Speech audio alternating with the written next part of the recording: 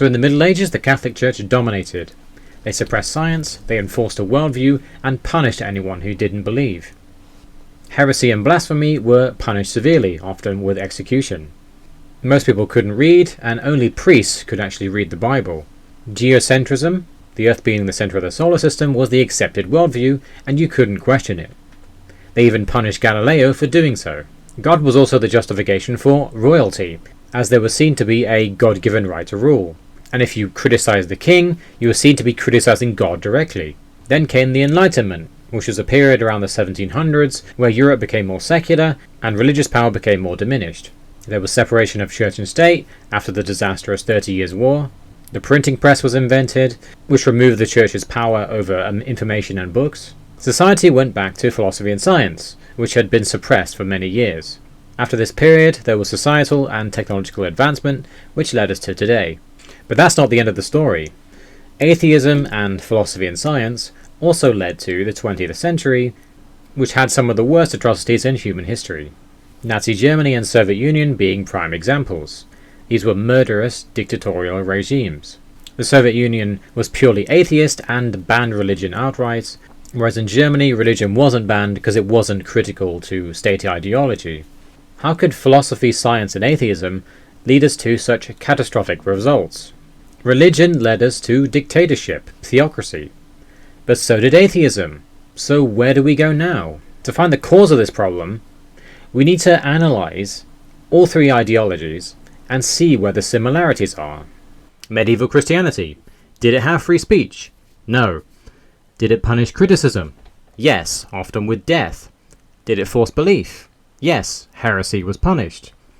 Unfair trials? Yes, witch trials.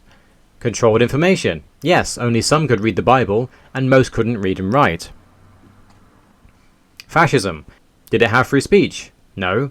Did it punish criticism? Yes. Did it force belief? This is debatable and depends on the country. Belief wasn't essential, but banning criticism was, so not really. Unfair trials? Yes, dissenters were punished unfairly.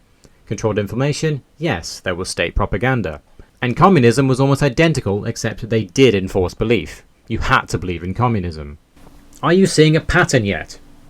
The problem isn't religion at all. If you sit at home with a belief about the world and don't do anything, then you're not hurting anyone. It only becomes a problem when you try to enforce your beliefs and make it the law and force everyone else to believe and not insult your beliefs. Atheism alone isn't the problem. If you have a belief or a non-belief about the world, and you sit at home doing nothing, you're again not hurting anyone. The problem is when you create an ideology, you make it the law and make it impossible to question that belief. This is ideological dictatorship. Philosophy and science are the complete opposite to these things. These are open debate and any idea is open to criticism. Reason and evidence are the only things that matter. You change your ideas based on new evidence.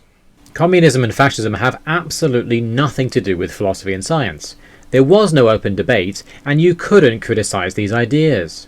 We should never tolerate unquestionable ideas in society, no matter where it is, whether it be political correctness, immigration, government policy, religion. No idea should be above scrutiny.